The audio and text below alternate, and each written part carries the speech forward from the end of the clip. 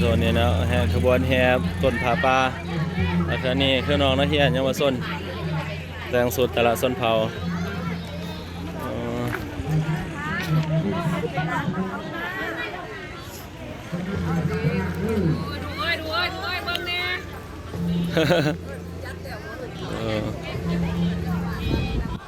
อันนี้จะมีภาษาหน่อย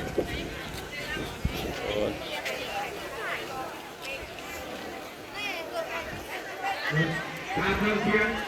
รถเมืองเชียงเอาเรื่องเมืองเชียงไงดิเข้ามาไกลๆเด้อ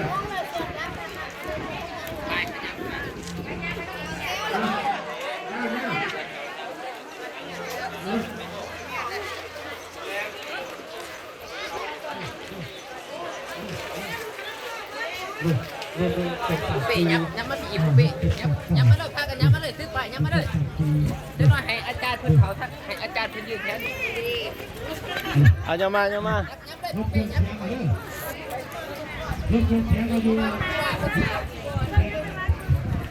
ย้ำมาเอ๊ะขึ้นให้ครูบาอาจารย์คนยืนมาย้ำมาย้ำเครื่องเชียงกับเครื่องเชียงจุฬาไร้บาทนี่ย้ำอีกเอาอยู่เพียงเลยนี่เอามองนี่เลยได้ละ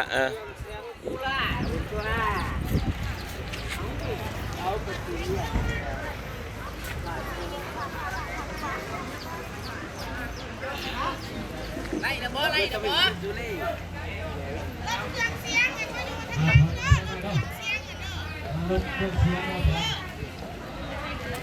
บอกมาถึงแล้วไอ้บอลมันต้องมีคนดูเล่นดิอย่ามาเล่นกับโจกูว่าถึงแล้ว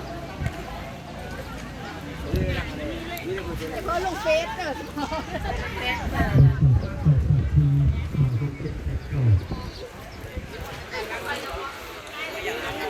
ถอยเนาะเสียงเนาะอยู่ล่างบนล่ะ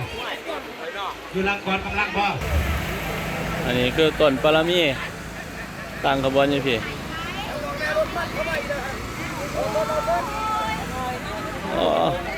คือได้งามแท้เดี๋ยว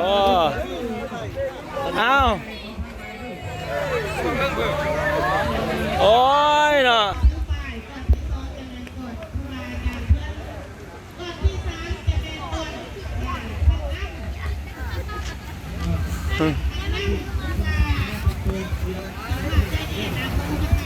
ก่อนที่สี่ก็เป็นก่อนขั้นหนักเล่นหลังจากก่อนขั้นหนักเล่นเราจะนี่โอ้ยอันก่อนได้